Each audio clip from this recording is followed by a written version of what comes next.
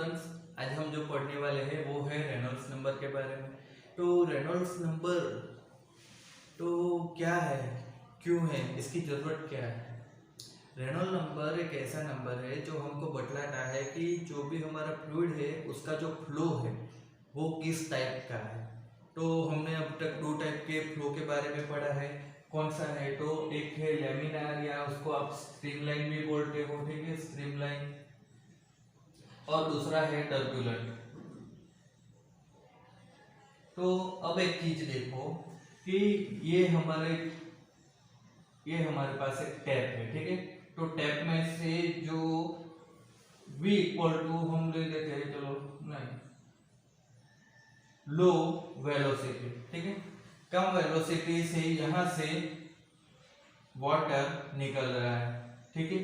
तो कम वेलोसिटी से वाटर निकल रहा है तो वो वाटर क्या होगा? तो वो वाटर कुछ इस तरीके से निकलेगा।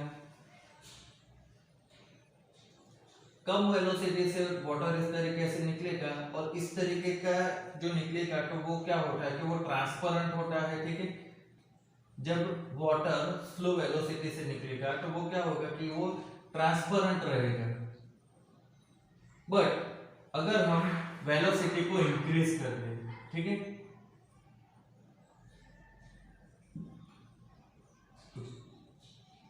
हाई वेलोसिटी, तो क्या ये जो फ्लो है वो इस तरीके से रह पाएगा? नहीं रहेगा। अगर हम वेलोसिटी ज्यादा फास्ट करते हैं तो ये क्या हो जाएगा, इस तरीके से निकलेगा, और ये क्या हो जाएगा, तो वर्टिस हो जाएगा। अब ये ज्यादा ट्रांसपेरेंट नहीं रहेगा। तो यहाँ पर कहने का मतलब क्या है कि अगर हमारा कोई भी फ्लूइड हो उसका वेलोसिटी अगर कम रहेगा, ठीक है, तो वो क्या होगा कि वो लैमिनार या स्ट्रीमलाइन फ्लो करता रहेगा। बट अगर वेलोसिटी कुछ हद से ज्यादा बढ़ गई तो वो टर्बुलेंट बन ही जाएगा, ठीक है। तो ये चीज हम प्रैक्टिकली ऑब्जर्व भी कर सकते हैं कि अगर आप जो टैप हो उसको थोड़ा सा ओपन करो तो वो वहां से जो वाटर निकलेगा वो क्या होगा कि एकदम ट्रांसपेरेंट जैसा होगा, ठीक है।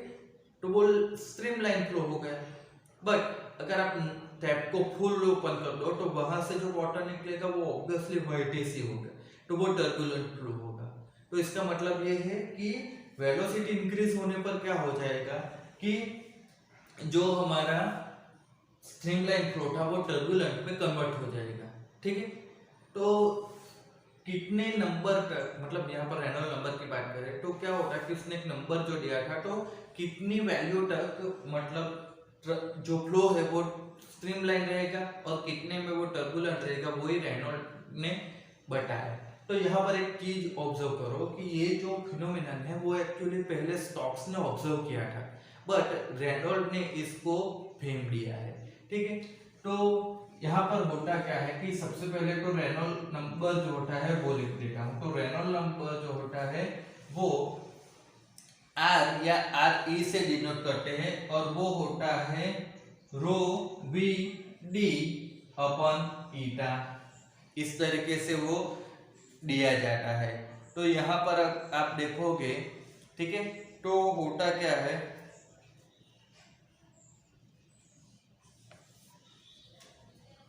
रो वी डी अपन ईटा। तो रो जो होता है, ठीक है, डेंसिटी हो गया, ये वी वेलोसिटी हो गया, और डी फोर क्या हो जाएगा, तो ये डायमीटर हो जाएगा, डायमीटर ऑफ पाइप, ठीक है। तो ये चीज क्या हो गई वो पता नहीं चलेगा, और ईटा तो हमारा कोएफिशिएंट ऑफ विस्कोसिटी है।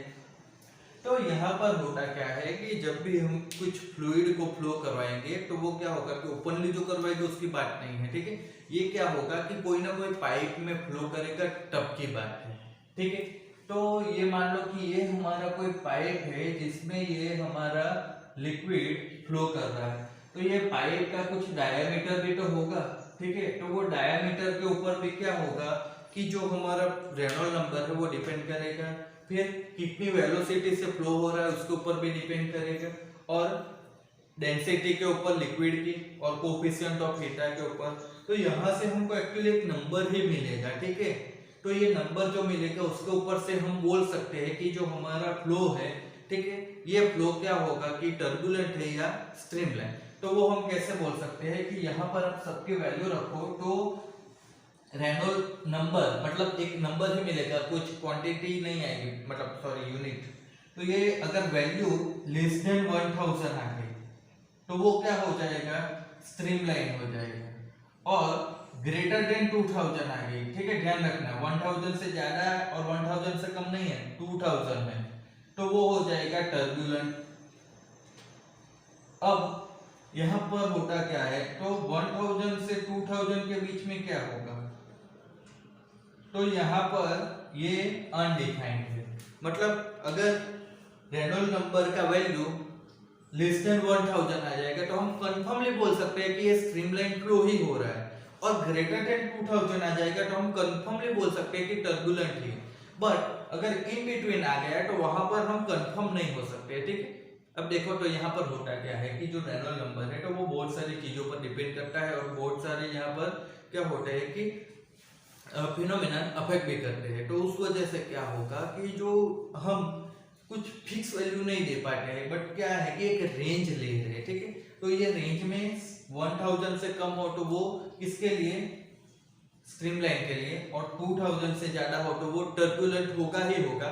बट इन बिटवीन आएगा तो हम कंफर्म नहीं कह सकते, वो टर्बुलेंट भी होगा, स्ट्रीमलाइन भी हो सकता है। अब दूसरी चीज यहाँ पर कि मान लो कि ये कोई म्यूनिसिपैलिटी का पानी वाला पाइप है, तो यहाँ पर अगर ये जो फ्लो है ये फ्लो कैसा होना चाहिए, तो ये फ्लो स्ट्रीमलाइन होना चाहिए। स्ट्रीमलाइन ही होना चाहिए, क्यों, क्योंकि अगर ये टर्बुलेंट फ्लो होगा, ठीक है, तो ये टर्बुलेंट फ्लो क्या होगा कि इस तरीके से उसमें तो फ्लो होता रहेगा, ठीक है, सीधा नहीं जाएगा। तो यहाँ पर क्या होगा कि ये जो वॉल होती है, ठीक है, पाइप की, उसके ऊपर कंटिन्यूस क्या होता है कि कोलिजन होता रहेगा वाटर के साथ। स्ट्रीमलाइन फ्लो नहीं होगा तो कंटिन्यूस कोलिजन होगा, उस वजह से ये पाइप डैमेज हो सकता है। तो हमको क्या करना पड़ेगा कि ये जो फ्लो है उसको स्ट्रीमलाइन ही रखना पड़ेगा, तभी वो सीधा पानी चला जाएगा तो पाइप को ज्यादा डैमेज नहीं करता है। तो इसको स्ट्रीमलाइन रखने के लिए हमको क्या करना पड़ेगा, तो इसका जो रेनॉल्ड नंबर है वो लेस देन 1000 रखना पड़ेगा। तो अब रेनॉल्ड नंबर जो है वो क्या है, तो रो वी जी अपन ईटा है। तो यहाँ पर होता क्या है, तो आप देखो तो डेंसिटी तो हम चेंज नहीं कर सकते, लिक्विड एक बार हमने जो लिक्विड हमको फ्लो करवाना है तो उसकी डेंसिटी तो चेंज नहीं कर सकते। अब पाइप एक बार डाल दिए तो उसका डायमीटर भी चेंज नहीं कर सकते, ठीक है, और कोएफिशिएंट ऑफ विस्कोसिटी वो भी हम चेंज नहीं कर सकते। तो अगर हमें फ्लो को स्ट्रीमलाइन ही रखना है तो उसके लिए कौन सी चीज डिपेंड करेगी, तो वो ओनली वेलोसिटी ऑफ फ्लूइड होगा। तो होता क्या है कि हमको कुछ ऐसी वेलोसिटी का वैल्यू रखना पड़ेगा, ठीक है, जो क्या करेगी कि जो हमारा फ्लो है उसको स्ट्रीमलाइन में ही रखेगी, ठीक है। तो यहां से मान लो कि ये हमने एक वैल्यू आर ई डिसाइड कर लिया कि मान लो कि वो 2050 है, ठीक है। तो अब ये वैल्यू को अगर हमें यहाँ पर कुछ वैल्यू रख के हमको ये वैल्यू रेनॉल्ड नंबर का 2050 मिला। अब हमें ये वैल्यू को अगर कम करना है तो हमें क्या करना पड़ेगा कि वेलोसिटी को ही डिक्रीज करना पड़ेगा ना, ठीक है। वेलोसिटी डिक्रीज कर सकते हैं क्योंकि ये वैल्यू और ये वैल्यू तो कांस्टेंट रह जाएगी पर्टिकुलर केस के लिए। तो होता क्या है कि हमको वेलोसिटी डिक्रीज करनी पड़ेगी, तभी जाके हमारे पास जो आ रही है वो लेस देन 1000 आएगा।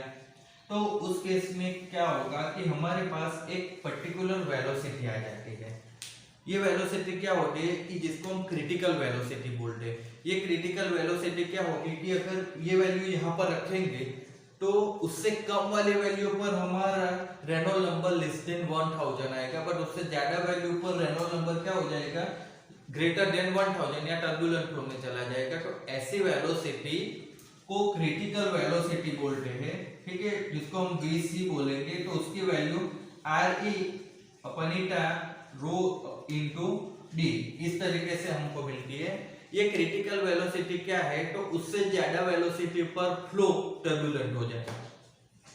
यहाँ पर देखो कि कुछ वैल्यू होती है वेलोसिटी की, वहां तक अगर हम रखेंगे तो क्या होगा कि रेनॉल्ड नंबर लेस देन 1000 मिलता था, बट एक हद से ज्यादा वेलोसिटी को अगर हम रखेंगे तो वो क्या हो जाएगा कि velocity Reynold number greater than 1000 हो जाएगा। तो मतलब कि वहां पर फ्लो कौन सा है वो हम बोल नहीं पाएंगे, तो हम क्या कहेंगे कि ऐसी वैल्यू वेलोसिटी की कि जिसके बाद जो फ्लो है वो टर्बुलेंट हो जाता है, उसको क्रिटिकल वेलोसिटी बोलते हैं।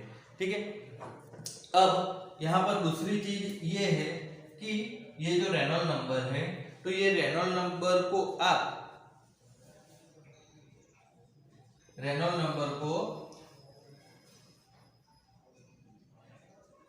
Inertial force